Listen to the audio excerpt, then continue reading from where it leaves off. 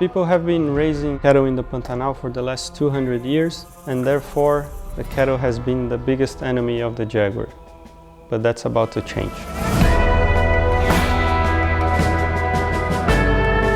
Here in Pantanal specifically, ranchers kill jaguars in retaliation for jaguars hunting their cattle. My name is Mario Habberfeld. I'm the founder of Oncafari, which is a jaguar conservation initiative here in Brazil. Oncafari's mission is to preserve Brazilian natural habitat and saving jaguars through ecotourism. It's a big cat. In the end of the day, that's what people like to see, but impossible to see until a few years ago. Jaguars are really hard to see, mainly because they are really afraid of people. We had to change that perception, so we did this process called habituation, where we follow the same jaguars up until the point that they stop perceiving our presence as a danger. When I first meet Mario, he started to describe the project, and I was already fighting with him like, no, habituation is impossible, the jaguars must be really scared and all. I went to the Brazilian government to say we wanted to work with jaguars, wanted to do habituation, which they had no idea what it is. And my background was a race car driver, so everybody thought I was crazy at the time.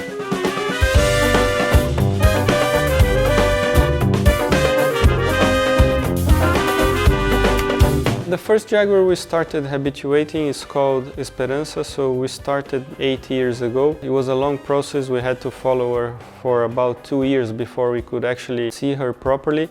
I've lived in Brazil. I've spent many weeks trying to find jaguars and I've never seen one before. But here on my first game drive, I saw 2 different jaguars and honestly, my heart nearly stopped. Just saw a jaguar. Oh my gosh.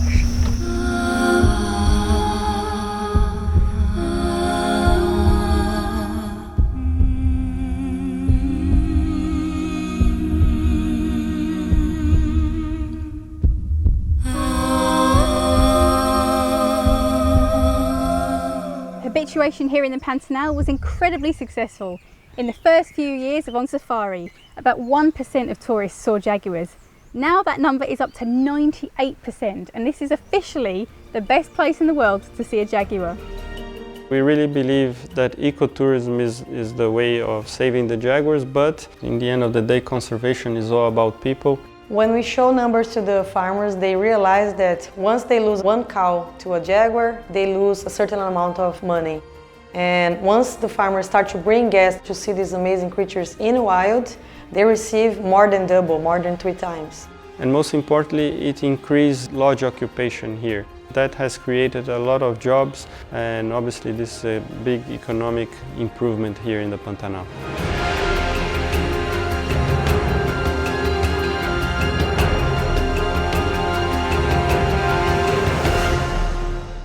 What we're doing here at Caimã, developing this wildlife-based ecotourism, it's to be an example and show other ranchers that this really works. They can make a lot more money keeping their jaguars alive. The more places it's replicated, the more land you have under conservation. So it's very good for the jaguars, it's good for the environment, but also good for people. In the past, people here in Pantanal, the only thing that they wished for was, okay, I want to be a cowboy when I grow up. And now they want to be guides, they want to be scientists, they want to be biologists. They're actually finishing schools, which was not that common in the past. They're learning languages, they're making more money.